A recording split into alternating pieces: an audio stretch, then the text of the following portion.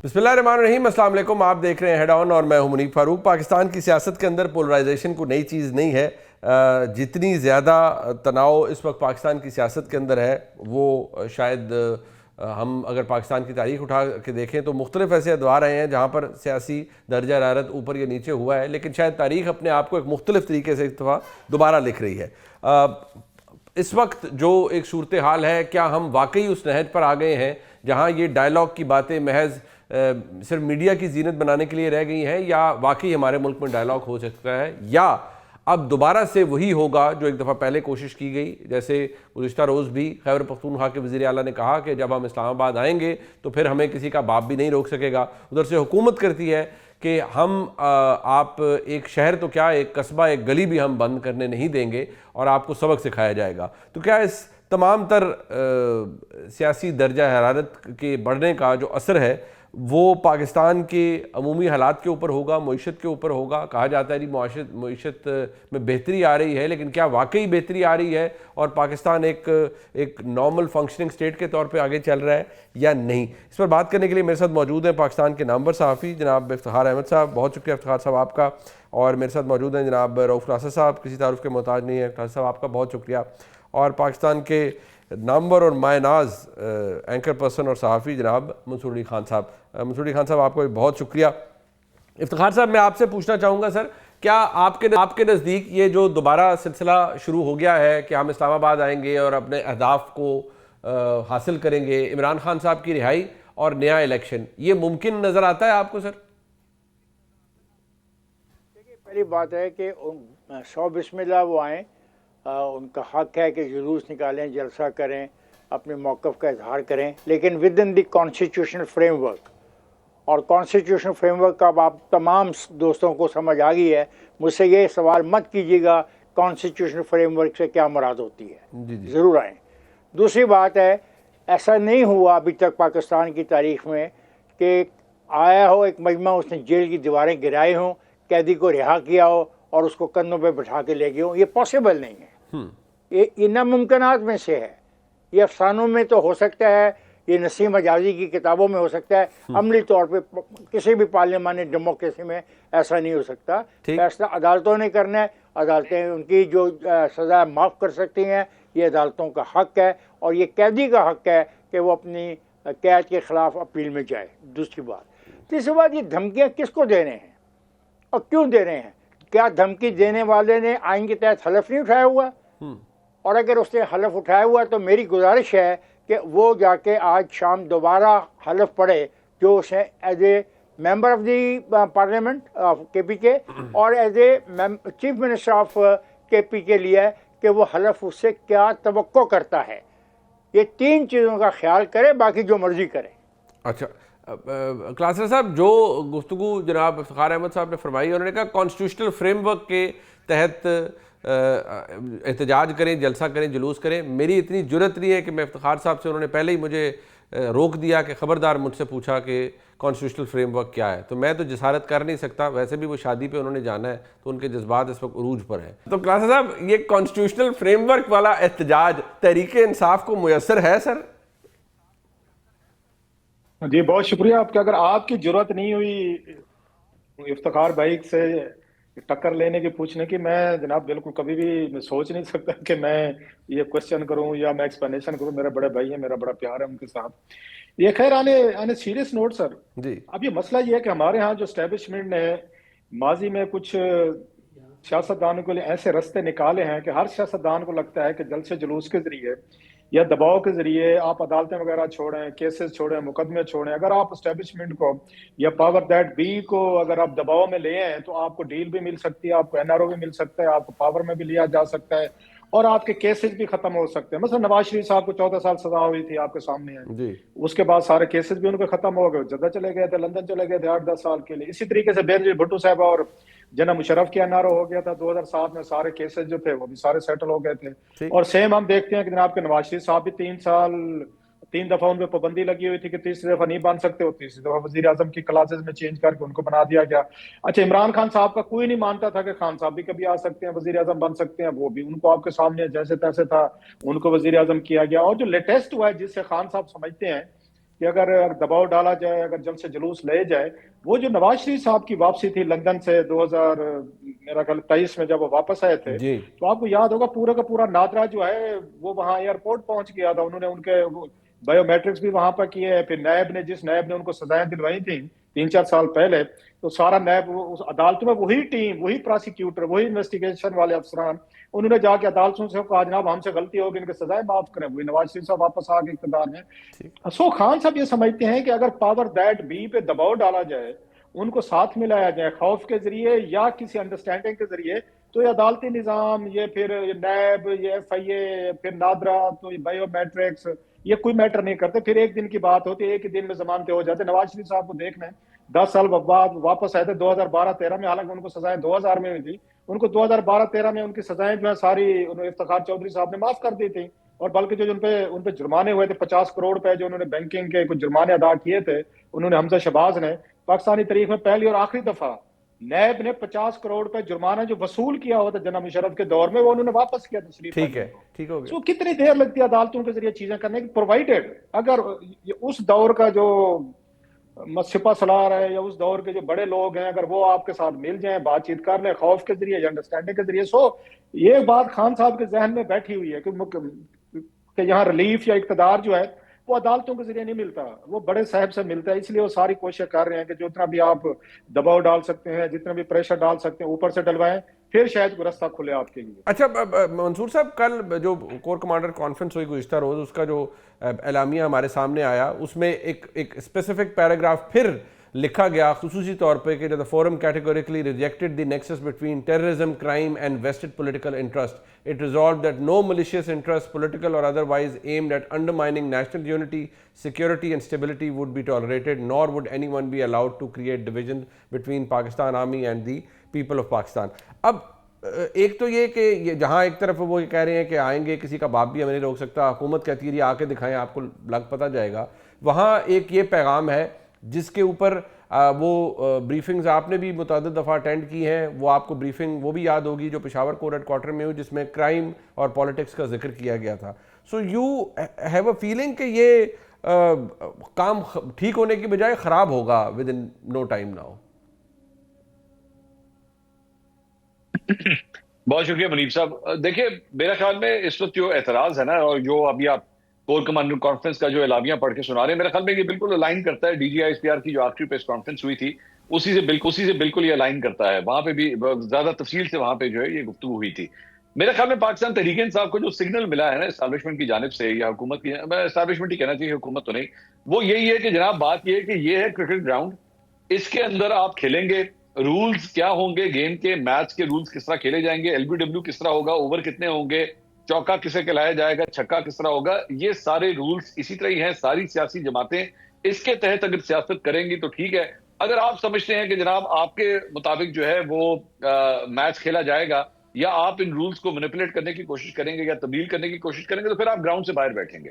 फिर आप जाके बेशक जो मर्जी करते रहें, आप ग्राउंड में जितना मर्जी जो है वो क्राउड बेशक यहाँ पे ले आए, लेकिन मैदान के अंदर सियासत करने के लिए जो है वो आपको इन्हीं रूल्स को फॉलो करना पड़ेगा। लेकिन इमरान खान साहब ये समझते हैं कि इस स्टेडियम के अंदर, सियासत के स्टेडियम के अंदर, मेरे पास ये जो पूरा क्राउड है जो इस वक्त स्टेडियम में ये मैच देखने के लिए आता है, मैं पाकिस्तानी वोटर की बात कर रहा हूं, वो मेरे साथ है। अच्छा। आप अगर यहाँ पे लूली लंगड़ी टीमें खिलवाते रहेंगे आपस में, तो कोई स्टैंड के अंदर आके मैच नहीं देखेगा। मैच देखना है तो मैच देखने के लिए शायकीन सिर्फ तभी आएंगे जब मेरी टीम जो है ना वो ग्राउंड में उतरेगी, और मेरी टीम तब ग्राउंड में उतरेगी जब मैं फैसला करूंगा कि उस मैच के असूल क्या होंगे।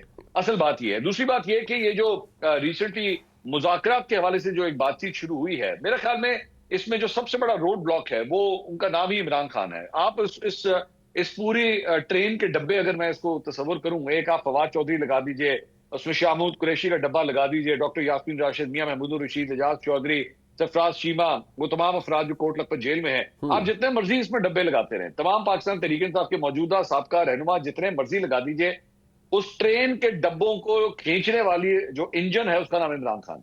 ठीक। वो इंजन जब तक साथ नहीं जुड़ेगा, ये पटरी के ऊपर जो ट्रेन है ये चलना नहीं शुरू करेगी। असल बात यह है कि एक तासुर ये पैदा हो रहा है कि ये जो ट्रेन के डब्बे इकट्ठे हो रहे हैं, शायद इसमें से कोई एक आधा इंजन शाह महमूद कुरैशी के नाम का बनेगा और वो फिर इस ट्रेन को आगे लेके चलना शुरू करेगा। लेकिन पाकिस्तान तहरीक इंसाफ का वोटर जो है वो किसी सूरत शाह महमूद कुरैशी साहब को इमरान खान साहब की रिप्लेसमेंट के तौर पे नहीं लेगा। आप जो मर्जी कर लें, आप उसके बाद बैठ के मौजूदा हुकूमत के साथ बातचीत करते रहें, मनाते रहें, डील ले लें, बात कर लें, जो मर्जी कर लें।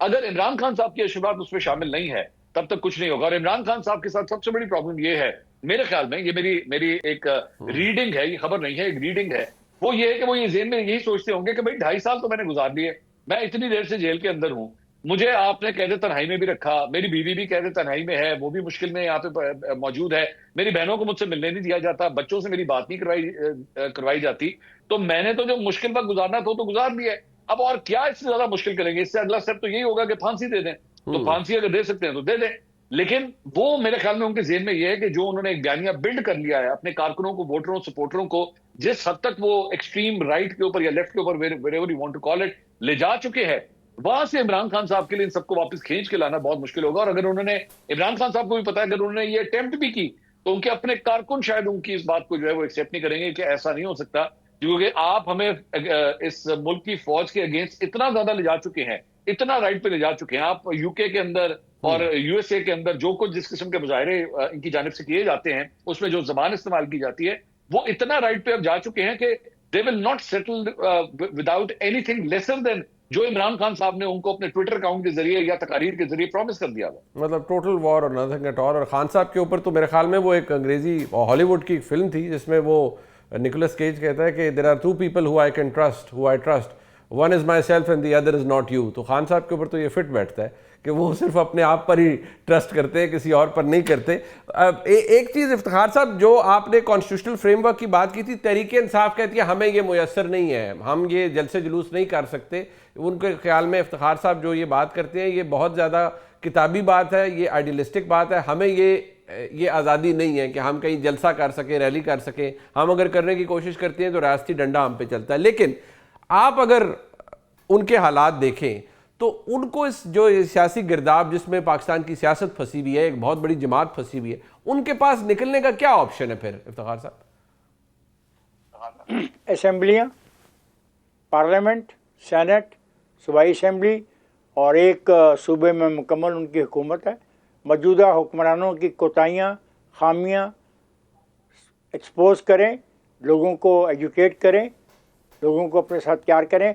देखें, 100 नंबरों का एक पर्चा होता है, 25 नंबर आप बिल्कुल बानी के लिए, उसकी रिहाई के लिए इस्तेमाल करें, लेकिन 75 नंबर्स जो बाकी हैं, जो पाकिस्तान में इश्यूज़ हैं लोगों के, आप उसकी क्यों नहीं बात करते? और आपके पास वो तमाम के तमाम इंस्टीट्यूशन मौजूद हैं जहाँ पे ये बात की जा सकती है, कॉन्स्टिट्यूशनल इंस्टीट्यूशन। आप तो कमेटियों में बैठने को तैयार नहीं है। आपने 2 पार्लियामेंटें तोड़वा दी और गालिबन ये पार्लियामेंट भी किस दिन आप कह देंगे कि सब के सब बाहर आ जाओ। ऐसा नहीं हो सकता। पार्लियामेंट डेमोक्रेसी के अंदर जो 2 चीज़ें हैं, आवाम को इकट्ठा करना, उनको एजुकेट करना और उनको मोटिवेट करना। पीएनए की तहरीक मार्च, अप्रैल, मई, जून, जुलाई में चली थी। इससे बड़ी तहरीक पाकिस्तान में न चली है, न चल सकेगी। और याद रखिएगा, वो पूरे पाकिस्तान की तहरीक थी जिसमें चारों सूबों के सियासी कारकुन और सियासी जमातों के कारकुन और लीडरशिप शामिल थी। नंबर 1। ठीक। नंबर 2, दूसरी बात ये जनाब, पार्लियामेंट आपके पास है, आप पार्लियामेंट को क्यों नहीं इस्तेमाल करते? आप चाहते क्या हैं? सर वो कैसे इस्तेमाल करें इफ्तिखार साहब? सर वो अपना leader of the opposition senate और कौमी असेंबली में नहीं मुकर्रर करा पा रहे, तो वो इस्तेमाल क्या करेंगे? ये अच्छा, तो पंजाब का लीडर ऑफ द ऑपोजिशन, देखें बात सुने, फिर मैं वही बात करूंगा जो आप दोस्तों को अच्छी नहीं लगती। अच्छा जी। देखें, इस मुल्क के तय में जो भी इलेक्शन हुआ, 45 हुआ, 46 हुआ या 47 का फार्म हुआ, सब बैठे तो पार्लियामेंट के अंदर ही है ना। तो वो जो इलेक्शंस हुए हैं, जिन मकासद के लिए हुए हैं, जिन कवानीन के ताबे हुए हैं, और इनको लोगों ने वोट जो इनके मंशूर के मुताबिक दिए हैं, वो सिर्फ बानी की रिहाई या बानी की कैद के बारे में तो नहीं दिए। और ख़ुद एक सूबे में 14 साल से इनकी हुकूमत है, वहाँ पे क्या रुकावट है वहाँ के अवाम की बेहतरी के लिए काम न करने की? हुकूमत कहती है हमारा अवलीन मैंडेट खान की रिहाई है। तो फिर ठीक है मेरे दोस्त, बिल्कुल मैं तो देखिए, मैं उनकी हर सियासी बात को मानता हूँ, उनके तमाम सियासी हकूक़ को मानता हूँ, क्योंकि मैं एक डेमोक्रेट हूँ। और डेमोक्रेसी के अंदर लोग जेल में भी जाते हैं और लोग जेल से बाहर भी आते हैं। यही डेमोक्रेटिक प्रोसेस का हिस्सा है। दुनिया में लोग जेलों में गए हैं और जेलों से बाहर आए हैं। ये नहीं हुआ जब वो जेलों में गए हैं तो उनकी सियासी पार्टियों ने तमाम पॉलिटिकल एक्टिविटी को ख़त्म कर दिया हो पार्लियामेंटों में रहने के बावजूद। They are in senate, they are in the national assembly, they are in the provincial assembly of Punjab and they are in power, full power in the KP की असेंबली। What else they want? बाकी रहा कि किसी जत्थे के तहत और किसी मुजाहरे के तहत, किसी दीवारें गिराने के तहत किसी को रिहाई मिल जाएगी या रिहा करा लिया जाएगा, तो ये फिर अफसाना ही हो सकता है। और अगर ये अफसाना नहीं हुआ और वाकईतन ऐसा कोई वाक़या हो गया कि 5-10 लाख लोगों ने आके किसी जेल की दीवार को तोड़ दिया और वहाँ से कैदी को निकाल दिया, तो फिर रियासत को फैसला जो करना होगा वो शायद हम सब के लिए काबिल कबूल नहीं होगा। हमें अफसोस होगा और बाद में तारीख उस तमाम सहने को लिखेगी कि वो अच्छा नहीं हुआ दोनों तरफ से। ये बात ज़हन में रख ली जाए। ठीक। इफ्तिखार साहब, वैसे आपने कहा ये बातें अच्छी नहीं लगती, मुझे आपकी हर बातें अच्छी लगती है, हर बात। ये सिर्फ क्लासरा साहब और मंसूर साहब को बड़ा एतराज़ होता है आपकी बातों पे। मैं इन्हीं से पूछ लेता हूँ, ये दोनों शख्सियात हैं। Mansoor is one of the Mansoor एक बेहतरीन तजियाकार है और क्लासरा से तो हमने सीखा है। बिल्कुल सर, लेकिन एतराज दोनों यही करते हैं। मैं मासूम आदमी हूँ, मैं आपकी हर बात पे लबैक कहता हूँ। ये दोनों शख्सियात हैं जो असल में सारा फसाद इधर से डलता है। मैं क्लास साहब अगर सर सवाल रख पाऊँ, देखिए जो अभी जनाब इफ्तिखार साहब ने फरमाया वो बड़ी, उसके अंदर बड़ा वजन है उन दलाइल के अंदर। लेकिन इशू ये है सर कि ना तहरीक इंसाफ ये कहती है हमारे पास कुछ, वो कहते हैं ना स्पेस है, हमारे दीवार से लगा दिया, हमने अपने लीडर को निकालना है कम वोट में। लेकिन क्या जिस इनकलाब के लिए तैयारियां, सो कॉल्ड इनकलाब की तैयारियां होती रही हैं पहले भी और अब भी हो रही हैं, क्या आपको लगता है कि ये इनकलाब आ सकता है और तहरीक इंसाफ फाइनली वो इनकलाब ला सकती है और उसको महमूद खान रज़ई साहब और जनाब अलामा राजा नासिर अब्बास साहब लीड करेंगे? मैं उनकी इफ्तिखार साहब की बातों से इत्तफाक करता हूं कि ये जो इनके जहन में बैठ गया पीटीआई ने, पता नहीं कैसे बैठ गया, आई डोंट नो, कि हम जाएंगे। आपको याद होगा पहले ये बातें अली अमीन गंडापुर साहब कहते थे, फिर बुशरा साहबा ने बातें करनी शुरू की। अभी ये तो इतनी सख्त जबान नहीं इस्तेमाल कर रहे सोहेल अफरीदी साहब। अगर गंडापुर साहब की आप सुने तो उन्होंने लास्ट टाइम जो आए थे नवंबर में, तो उन्होंने तो कहा था, बल्कि बुशरा साहबा ने भी कहा था जनाब कि बस अब की दफा हम खान को हम रिहा करा के आएंगे, चाहे हमें अपनी जान क्यों ना देनी पड़े, हम वापस नहीं आएंगे। और उन्होंने गंडापुर साहब ने तो कह दिया था जी, मैंने घर वालों को कि मैंने वसीयत कर ली है कि हमारे जनाजे पढ़ लेना, और हम कफन पहन के आए थे। लास्ट टाइम तो कफन पहन के आए थे, तो अब की दफा तो कफन वाली बात भी नहीं हो, चीजें नहीं हो रही। मतलब इट्स बियॉन्ड माई कंप्रीहेंशन कि ये खान साहब के जहन में कैसे बैठ गया है कि कुछ चंद हजार लोग आएंगे, इस्लामाबाद पे कब्जा कर लेंगे, अनरेस्ट होगा कैपिटल पे, जैसे बांग्लादेश में हुआ, नेपाल में हुआ, श्रीलंका में हुआ, यहाँ भी हो जाएगा। जत्थे लेकर आएंगे, इस्लामाबाद की गलियों सड़कों पे छोड़ देंगे, खुद इनकी लीडरशिप गायब हो जाएगी, फिर उसके बाद क्राउड जाने, शहर जाने। ये माजी में कोशिशें की गई इस तरीके की। ये तमाम रिजल्ट आपने करके देखे। खुद खान साहब, आपको याद होगा 25 मई को 2022 में खुद जलसा या जुलूस और वहां से जत्था लेके आए थे खैबर पख्तूनख्वा से, लोगों से कुरान पे हलफ लिए थे, डंडे शंडे सब कुछ आपने देखा था, वो सारी वीडियोस बनी थी। उसके बावजूद भी खान साहब अपनी मर्जी के रिजल्ट नहीं ले सके थे। जब वो जेल से बाहर थे, खुद लीड करते थे, उनको गोली लगी हुई थी। वो लाहौर से आए थे, वो आपको याद होगा आर्मी चीफ की उसमें 2022 में नवंबर में जब उनकी वो होने लगी थी, अपॉइंटमेंट होने लगी थी। सो खान साहब के माजी के जितने भी लॉन्ग मार्चेज हैं, जितने, अच्छा 2014 का हमने देखा 126 दिन बैठे रहे, इसके बावजूद रिजल्ट नहीं आया। और बहुत सारी मिसालें दी जा सकती हैं कि गंडापुर साहब ने कोशिशें की, बुशरा साहबा ने की, खान साहब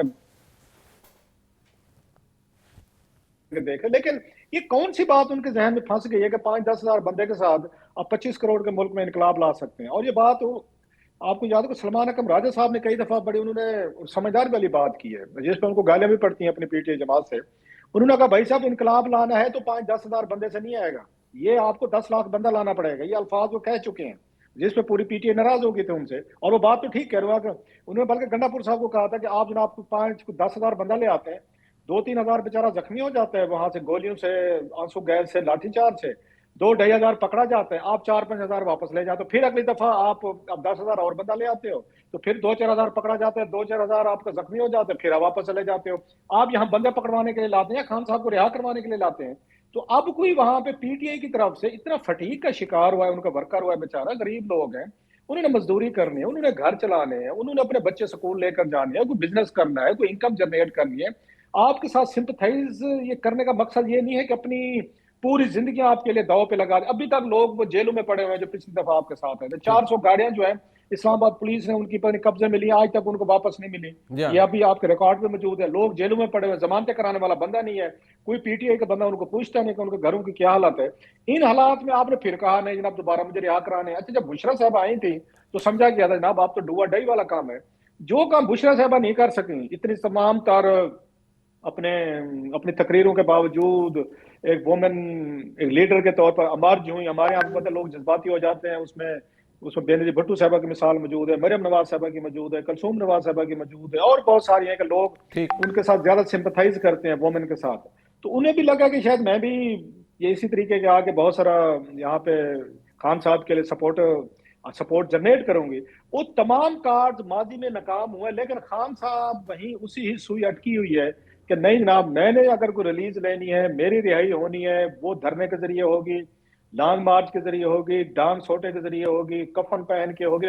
मतलब मरने से काम पे तो कोई बात वो करते ही नहीं है ना। आप देख लें उनका वो क्या कहते हैं, सोहेल अफरीदी साहब को सुन लें, वो भी मरने की बात करते हैं। इससे पहले आप अली अमीन गंडापुर साहब को देखें, वो भी मरने की बात। पीटीआई का हर बंदा जो है वो मौत से शुरू होकर मौत पे खत्म होते हैं। जीने वाली बात तो हमें की नजर नहीं आती। कोई अक्ल का इस्तेमाल, कोई थोड़ा सा ठीक। स्ट्रेटेजी वाइज कोई थोड़ा खुद को विड्रॉ कर लें, रिट्रीट कर लें, कोई थोड़ी सी नहीं, कोई हुकूमत के साथ कोई वो रिट्रीट या उनके कोई जिन के जेल में साथ। शायद वो कहते हैं कि ये तो वो उनके लिए बहुत बड़ी शिकस्त है। मैं इकरार साहब, ये जो अभी आपने बात की है मंसूर साहब, ये जो रिट्रीट की बात है, ये क्या इमरान खान साहब समझते हैं कि अगर वो थोड़ी अपनी पोजीशन को एडजस्ट करेंगे, या अगर पार्टी उनकी मुफाहमत की तरफ जाती है, या यकतर कोई कंडेमनेशन या चले जी माजरत या उसकी तरफ जाती है, तो उससे मसला होगा, या उनकी डिक्शनरी में अब ये चीज़ है ही नहीं खान साहब की या उनकी जमात की? मुनीब भाई, मैं थोड़ा सा लाइटर नोट के ऊपर, अगर आप माइंड ना करें तो मैं जवाब देना चाहूंगा। जी। मुझे नहीं पता आपने कभी इश्क किया है या नहीं किया। इफ्तिखार साहब ने तो मेरे ख्याल में किया हुआ है, मुझे पता है इस बारे में, एक नहीं, दफा उन्होंने उन्होंने तो जिक्र किया बेशुमार था इस किए बारे हुए में। हैं, वो तो तो उसमें ये जो इश्क होता है ना, ये आपने एक आधे का तो मुझे पता है, मुझे अच्छा। पता है उसके बारे में। तो ये इश्क जो होता है ना, ये आपको कभी कभार ऐसी आगे हदें पार करवा देता है, इस हद तक आप आगे चले जाते हैं। मिसाल के तौर पे मैं वैसे ही एक एग्जांपल दे रहा हूँ लाइटर नोट पे। जब आप इश्क करते हैं तो जाहिर बात है आपको आपको कोई वो आप किसी को पसंद करते हैं, घर वाले अगर नहीं मान रहे, वो कहते हैं नहीं जी यहाँ नहीं करना, या उसके घर वाले नहीं मान रहे, आप पता नहीं कहां से कहां आगे चले जाते हैं कि नहीं होगी तो इधर ही होगी, चाहे जो मर्जी हो जाए, वरना कहीं नहीं होगी। अब हम भाग के कर लेंगे तो किसी और जगह कराने की कोशिश की गई, और उसके बाद हमें भागना भी पड़ा, हमारी जान के लाले भी हो गए, चाहे कुछ भी हो जाए, और कपल्स कर लेते हैं, एक्सट्रीम एंड तक आगे चले जाते हैं। बेशक तो लड़की के यहाँ भाइयों पे से मेरा ठुकाई ख्याल भी है, हो यहाँ जाए पे तो भी खैर मामला है। जो है ना, दोबारा वही है कि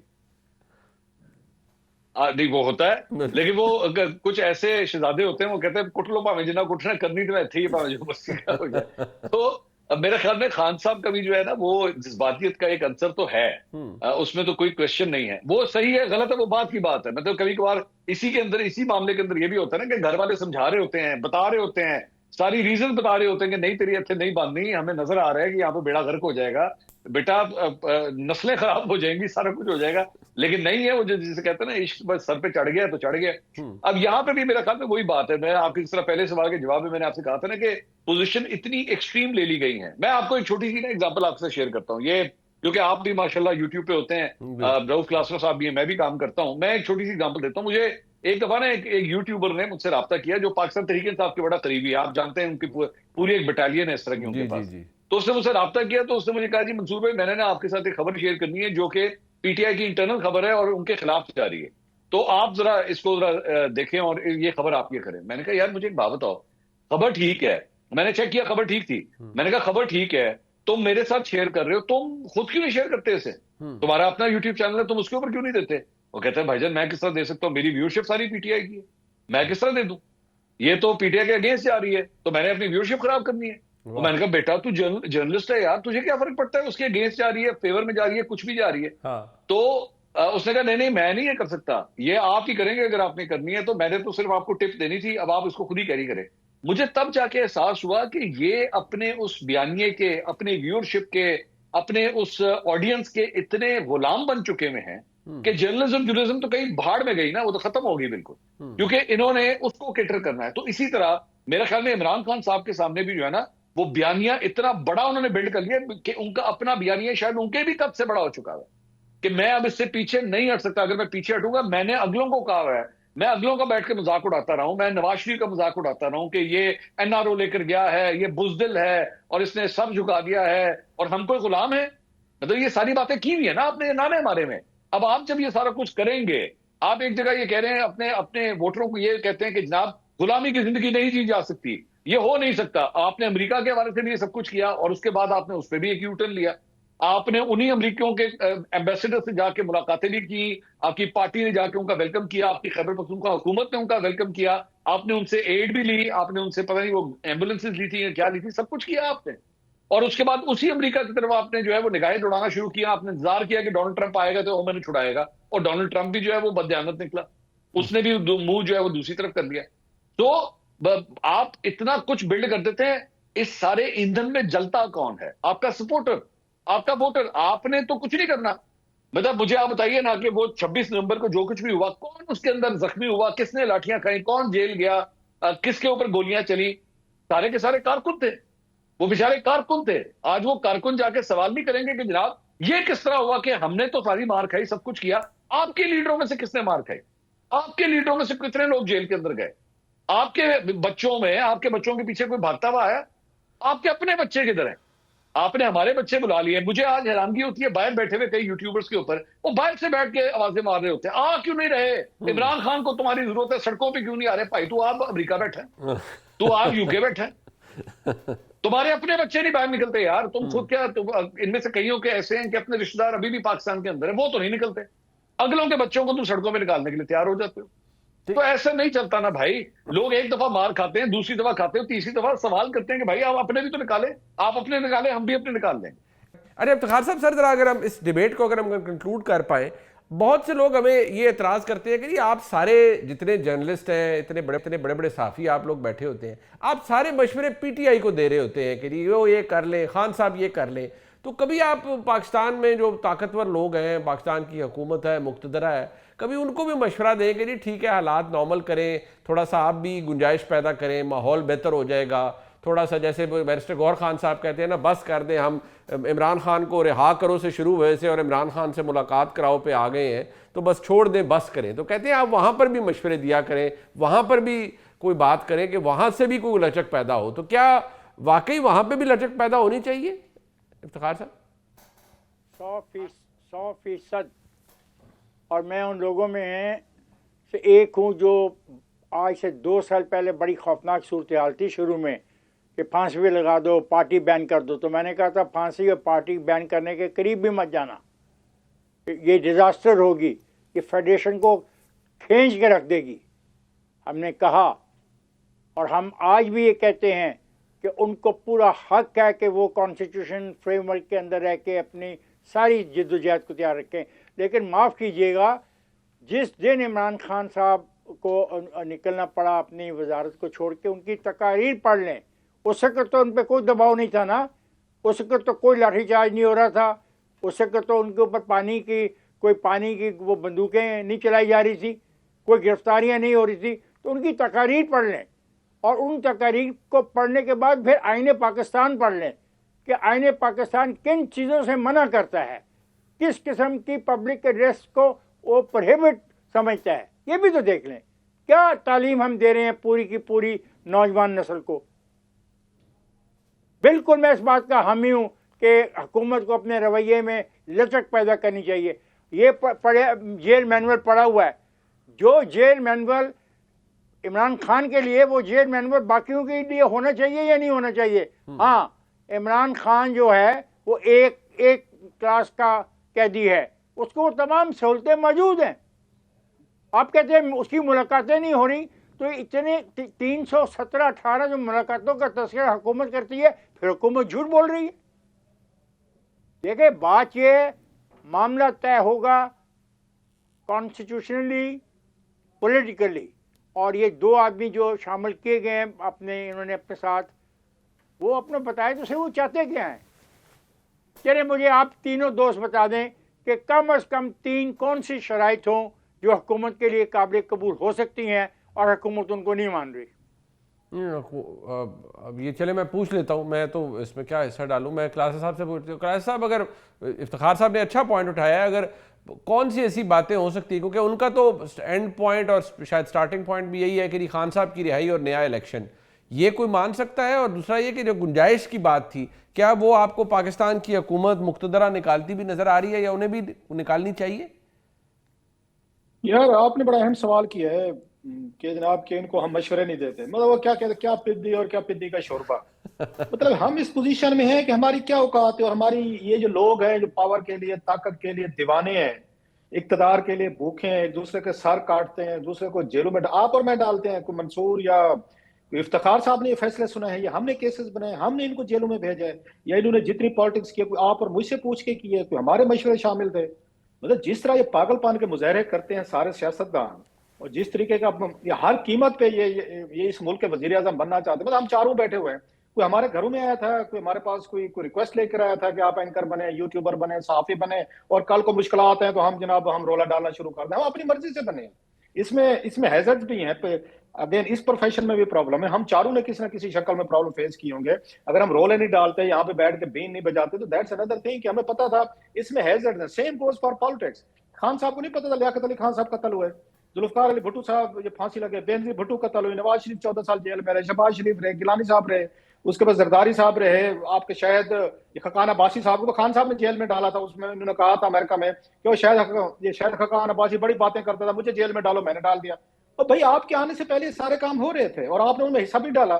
ये पैकेज आपके पास मौजूद था, ये कंट्रैक्ट था जिसपे हम चारों साइन करते हैं। जब हम अपने चैनल पे जाते हैं, हम चारों बैठे हुए जॉब करते हैं, तो हमारे सामने कंट्रैक्ट रखा जाता है, हम पूरी शरायत पढ़ के साइन करते हैं सर। तो खान साहब के सामने पॉलिटिकल कंट्रैक्ट पड़ा हुआ था, ये नवाज शरीफ साहब के सामने पड़ा हुआ था, शहबाज शरीफ के सामने भी था, जरदारी साहब के साथ। इसके बावजूद इन्हें पता है कि इक्तदार में फांसियां भी लगती हैं, जेलों में भी जाते हैं, जला बचना भी होती हैं, नैब केसेस भी बनते हैं, या उम्र कैदे भी होते हैं। इन्हें सारा पता था। इसके बावजूद अगर ये सारे प्लेयर्स पावर में आना चाहते हैं, तो भाई साहब हमारे पे ना ब्लेम डालें कि हमने उसको मशवरा नहीं दिया, हमने उसको नहीं समझाया, मैंने उसको क्यों नहीं बात की, आप पीछे हो जाएं, आप आगे हो जाएं।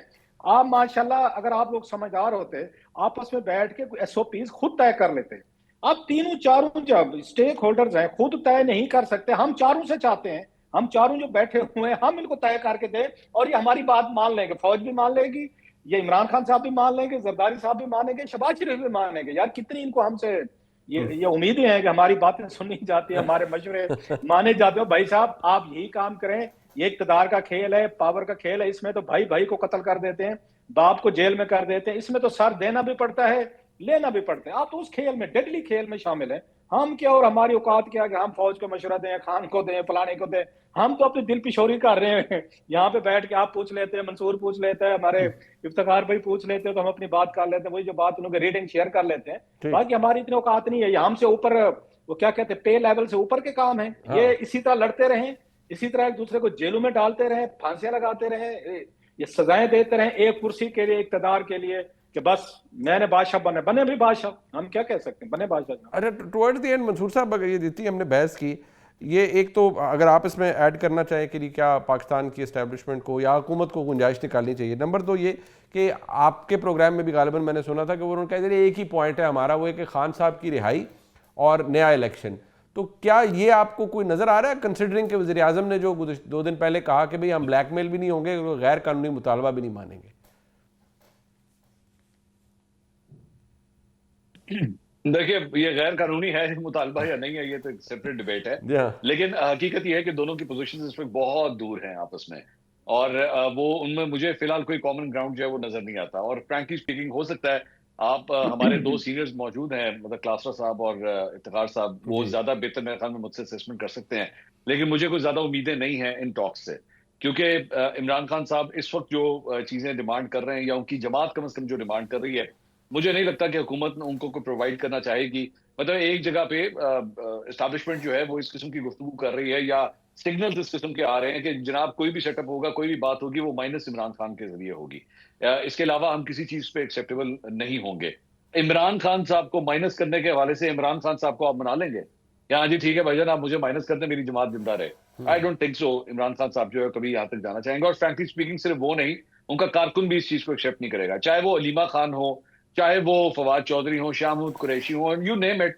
मेरे ख्याल में किसी का कद काठ जो है वो इतना है ही नहीं कि वो इमरान खान साहब के अलावा किसी और को जो है एक्सेप्ट कर ले। इवन अगर इमरान खान साहब खुद भी शायद कहें, वो तब भी एक्सेप्ट नहीं करेंगे। यही एक फर्क है शरीफ खानदान, भुट्टो खानदान और इमरान खान साहब के दरमियान, कि वहां पे फिर भी ऑप्शन ए के बाद बी है। क्योंकि अगर नवाज शरीफ साहब ने शहबाज शरीफ साहब की कमर पे हाथ रख दिया कि हाँ जी ठीक है ये मेरा ही बंदा है, तो नून लीगी जो है वो फिर भी वोट देने के लिए तैयार हो जाएंगे, या even for that matter Maryam Nawaz, या इवन फॉर दैट मैटर जिस तरह जरदारी साहब और बिलावल भुट्टो साहब की जोड़ी बनती है।